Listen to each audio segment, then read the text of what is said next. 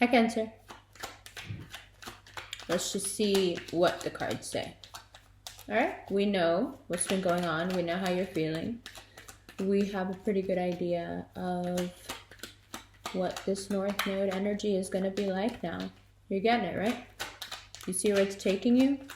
It's strength and resilience with a Cancer twist of emotion and depth, and sometimes the lesson comes as the biggest problem you can imagine, because nothing else is going to take you out of your comfort zone. So here we are.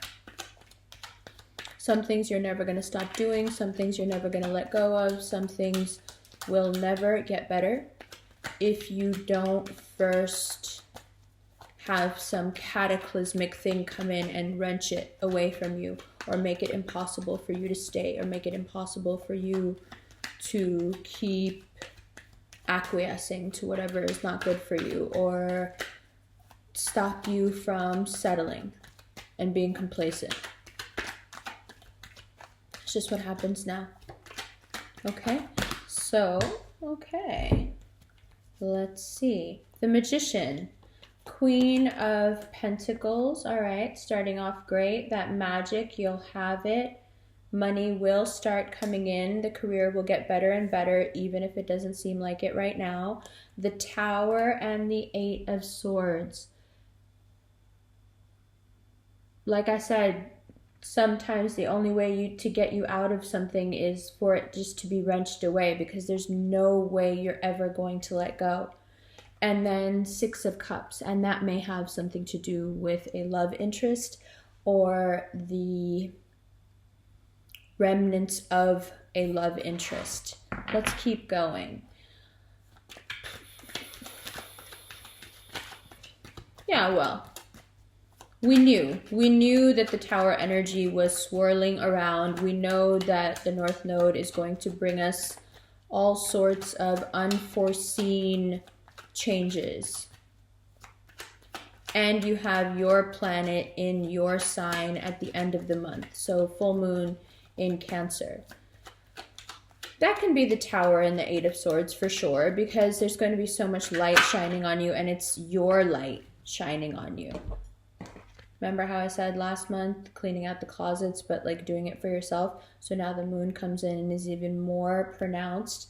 The Emperor and the card of Speed, the Eight of Wands. So Aries moving, Uranus moving back into Aries. That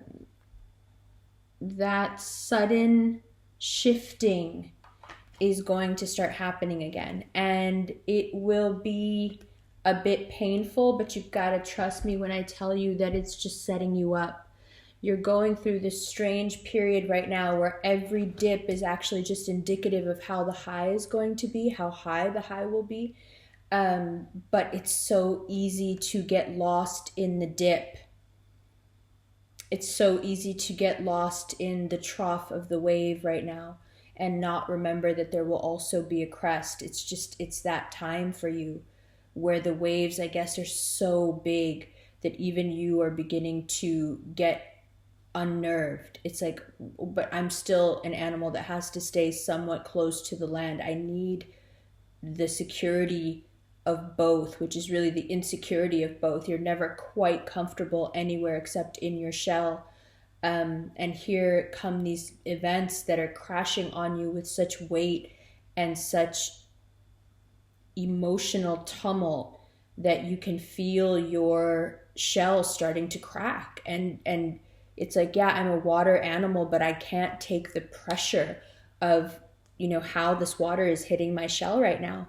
And then the full moon is there to illuminate from the inside that which the crashing waves on the outside may not be getting to. So you're getting this 360 vision of who you are, who you've been, what you are going to be. And for a lot of you, it's going to be super overwhelming. It's just not, it's uncomfortable. It's chaotic. It's painful. But again, it's only to set you up for some really big highs. And yes, some of you may get your shell cracked. And yes, it's actually a good thing. You need for it to happen. Why? Because perhaps you outgrew that shell a decade ago and just haven't been able to let it go because you can't let anything go.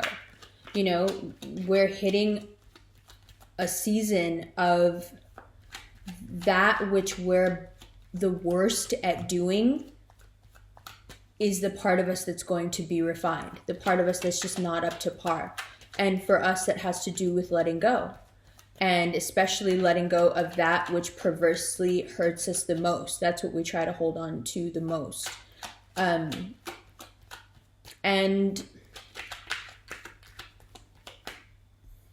I think there's a time for every lesson to be learned, and there's only so long that you can consume a certain poison before you either become immune to it and it doesn't work and it doesn't hurt you anymore, or you rid yourself of it like an addiction. You know, so this addictive sort of behavior of loving people who don't love us back, or not loving ourselves, or doing things specifically that we know are bad for us that will hurt us, specifically hanging out with people that we know are bad for us and will hurt us, creating situations over and over again with people that we know are never good to us, or it never works out, or they never really have our back, or they're never really supporting us, they're just saying they are. You know, it can also have to do with your personal habits, thinking the worst about people, being suspicious of people, thinking that you're better than people. There's all these like really sensitive, let's say the uglier side of our natures that comes to light. And no, that process is never easy, and it's easy to hate yourself when all your flaws are being thrown up at you. Like, look, this is also what's up with you, and this is also what you do, and this is also, and it's kind of annoying, you know, because yeah, okay, we get it. Nobody's perfect, you know, but that is just not the energy to have. The energy to have is humility and acceptance, and as much as it will kill your cardinal nature to bite your tongue and just watch the movie reel of your inadequacies play out this month, and just let it, because it's all trying to show you a better way. Those are the things within you, the things that will come up around the full moon this month. Those are the things within you that are holding you back. It's going to be clear as day. You could be making more money if. You could be in a much more peaceful relationship if. And it's all going to relate back to if you didn't think like this, or if you didn't do this, or if you didn't think this about yourself, if you didn't prioritize others over you. It's all going to be your mental constructs that are taken apart and looked at and criticized. So the suddenness of Uranus being active again in this fire sign, the fire sign, right?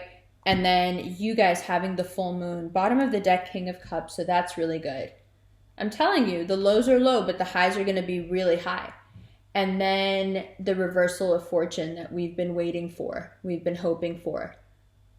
End of December, the new year, it really starts to kick in, and things will do and will get better. Inshallah. Just you got to roll with it right now. And if you are dealing with a water sign, this may be someone who is very regretful, who is reaching out to you now and thinking very serious things about the future. Very serious. Let's look at these, yeah? I love you. I'll be back in a second. Hi, Cancer. All right. Once again, Mercury retrograde coming in, making you think about all those times and all those different things in the past and what they're indicative of about you and your sense of self-worth. And that is not an easy conversation. You do have an enormous amount of speed, though, with which things will turn around. Mars in Pisces will help. The Aries energy of do and luck will help. The love life is tumultuous.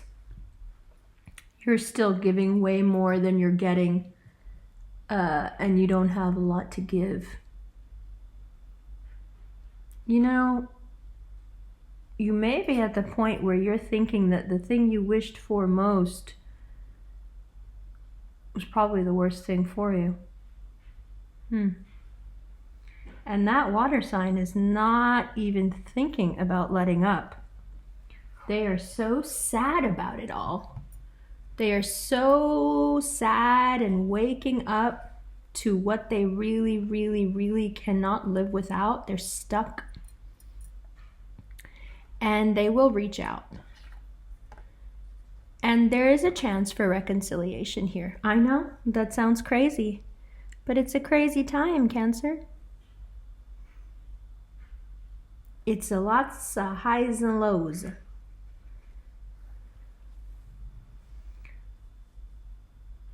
Mars in Pisces will send you high and then take you low. Mercury retrograde will show you high and then show you low. And it'll all be just crowding around in your mind. It's up to you to turn those swords into action. Using it instead, using the insight retrograde brings you to see where you have indeed been the destroyer of your own worth. Using that insight, using the circumstances and the retrograde to gain insight that you can then turn into action. Mars in Pisces supporting that, especially when it comes to connectivity, love, soulmate type connections. Things move forward. I don't think that this is a doing on your part, though. The insight leads to a doing of a different kind.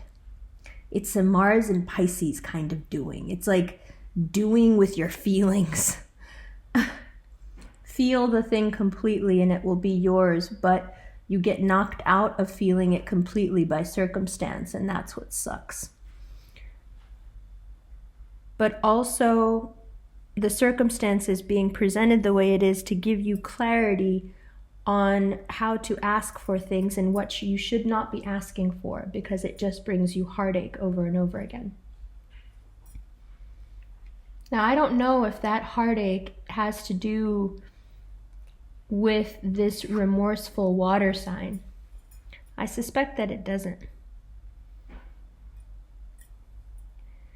But the water sign is keen and insistent. You also have gifts of money coming in and the situation turning around for the better. Could again be linked to an air sign. Someone who has great wealth and someone that you can depend on, it seems like. But communication is key here. Communication is everything. And like I said, highs and lows. We go from the 9 of Swords to the Ace of Cups. Marriage, marriage, marriage, marriage. Right? Don't be surprised if you get proposed to in the middle of all this. I'm telling you, it's a crazy time. Be as receptive as possible. Try not to let the gruesomeness of Mercury retrograde get to you. Although, of course, it would be fair if you let it. But after Scorpio season, it's kind of enough, right? With the emotional stuff. So you might just be sick of it and be like, all right, do your worst. Okay, let's look at it. Let's look at all the ways that I treat myself like shit. Let's do it. And if you can take that kind of attitude, you might actually get some great benefit out of it because you won't be taking it personally. Right? In the extended, instead of reading until the bottom of the deck, we're going to clarify. So we'll start with clarifying the Tower and the 6 of Cups. See what this retrograde is about here and what these marriage cards are about. Okay, of course, check out Mr. Cups over here. All right, Cancer. I love you. I'll see you in the January readings already. Damn. Coming back around to right across from you. My. How time flies. I love you. I'll see you in the extended. All the links will be below. There's like merchandise link right here, and you can get t-shirts and sweatshirts and socks and stuff. I think there's stickers, or I'll put up the stickers tonight. And the website's been redesigned, so you can book readings and buy merchandise and go to the gift shop and listen to the podcast and find the extended readings on Vimeo. It's all there. All right? Love you. See you soon.